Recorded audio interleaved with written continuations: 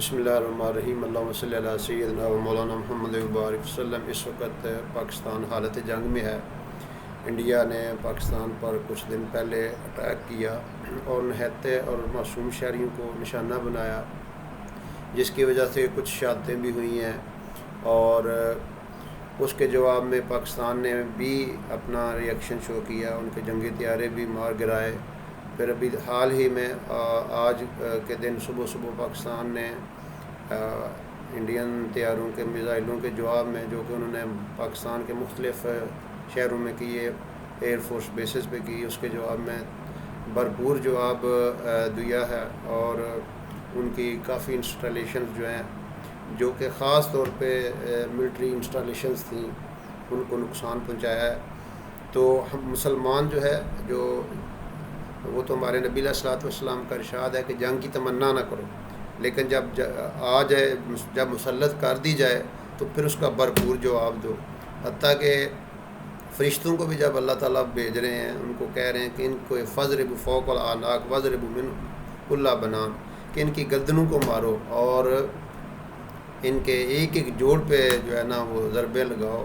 اور اللہ کے نبی صلی اللہ علیہ وسلم 120 سال میں نبی وقاص سے فرما رہے تھے کہ ساتھ یہ ان پہ تیر برساؤ، میرے ماں باپ تم پہ قربانی۔ یعنی جب مسلمان جو ہے، اس کا مذہب اسلام ہے، وہ سلامتی والا مذہب ہے، اور ایمان امن سے نکلا ہے۔ ہم تو جنگ چاہتے ہی نہیں ہیں۔ مسلمانوں کی جتنی بھی جنگیں ہوئی ہیں، بدر دیکھ لیں، احد، خندق، وہ لوگ خود آئے ہیں۔ جب آئے ہیں تو پھر مسلمانوں نے ان کو ایسا سبق سکھایا ہے کہ ان کی نسلیں کفار کی یاد کرتی رہیں گی، بدر کے موقع پہ اور احد کے موقع پہ اور خندق کے موقع پہ۔ یہ سارے موقع جو ہیں، یہ اسلام کے ہمارے لیے ایک مثال ہیں۔ اللہ تعالیٰ نے قرآن میں یہ سارے بیان کیے ہیں۔ اس لیے مسلمانوں کا تو مقصد ہی لڑائی نہیں ہے۔ مسلمان تو امن چاہتا ہے، سلامتی چاہتا ہے، دنیا میں اسلام چاہتا ہے۔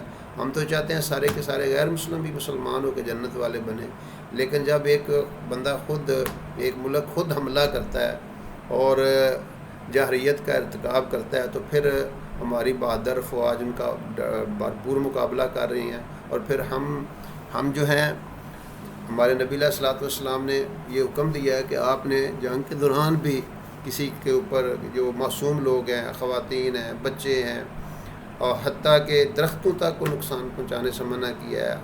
اور پھر اس کے علاوہ عبادت گاہوں پہ منع کیا گیا کہ آپ نے عبادت گاہوں کو بھی نقصان نہیں پہنچانا۔ کسی کا کوئی مندر ہے، کسی کا چرچ ہے، کسی کا گردوارہ ہے، حتیٰ کہ انہی جو مذہبی شخصیات ان کو بھی منع کیا گیا کہ آپ ان کے جو مذہبی شخصیات ان کو بھی نہ، جو عبادت کر رہے ہیں، جو اپنی عبادت گاہوں میں، ان کو بھی منع کیا گیا۔ تو اسلام تو اس حد تک چلا جاتا ہے، لیکن انڈیا نے ان ساری چیزوں کو بالائے طاق رکھتے ہوئے ہمارے معصوم شہریوں کو نشانہ بنایا، مساجد، عبادت گاہوں کو نشانہ بنا کے، یعنی ہمیں اس بات پہ مجبور کیا گیا کہ ہم اپنے جو ہے وہ دفاع میں یہ سارا کام کریں۔ تو اس وقت جو مسلمانوں کی اور ضرورت ہے، اور پاکستانیوں کی ضرورت ہے، وہ یہ ہے کہ یعنی اللہ تعالیٰ کی طرف متوجہ رہیں، استغفار کثرت سے کریں، اور جو مختلف اس موقع پہ بتایا جاتا ہے ہمیں، حسبنا اللہ و نعم الوکیل کا ورد زیادہ سے زیادہ کریں۔ پھر ایک بڑی زبردست دعا حدیث میں آئی ہے، اللہم انا نجعلک فی نحورہم ونعوذ بک من شرورہم، اللہم انا نجعلک فی نحورہم ونعوذ بک من شرورہم، کہ یعنی اے اللہ، ہم آپ دشمن کو آپ کے سامنے نہیں کرتے ہیں، آپ ہی اس کے جو ہے نا واروں کا جواب دیں۔ تو آج الحمدللہ فوج پاکستان بھرپور طریقے سے، خواہ وہ بری ہوں، بحری ہوں، فضائی ہوں، وہ اس کا بھرپور جواب دے رہی ہیں۔ اور ظاہر ہے وہ اس کو سمجھتی ہیں، جو بندہ میدان جنگ میں ہوتا ہے وہ سمجھتا ہے کہ اس کا جواب کیسے دینا ہے۔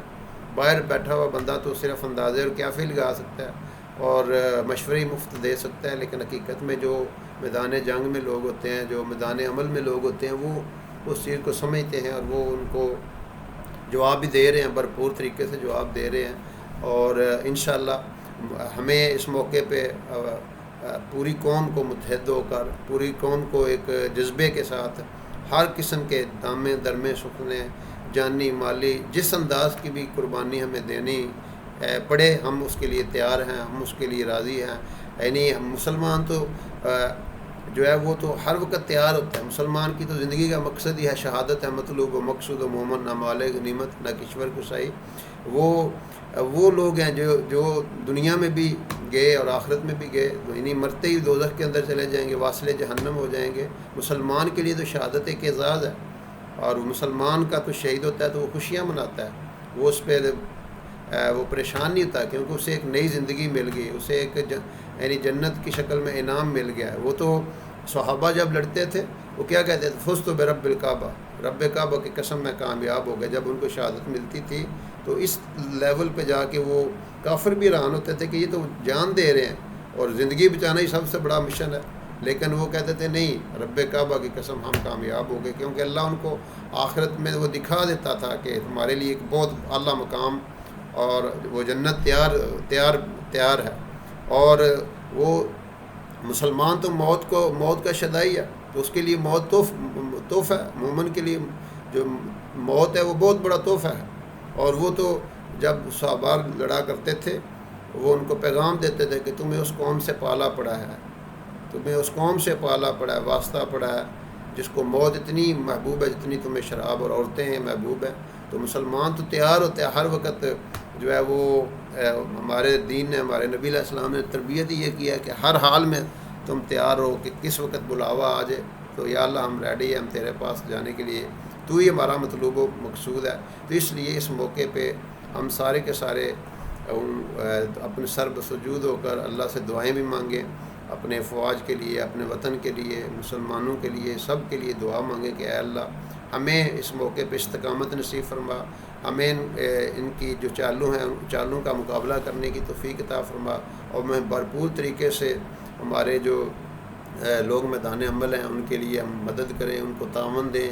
اللہ تعالی ہم سب کو، اور اس موقع پہ جتنے بھی ہمارے اختلافات ہیں، جو فروئی ہیں، فرقہ وارانہ ہیں، جو سیاسی ہے، جس قسم کے بھی اختلاف ہیں، اب ان کو بلا کے ایک قوم ہو کے ہمیں ان کا مقابلہ کرنا ہے.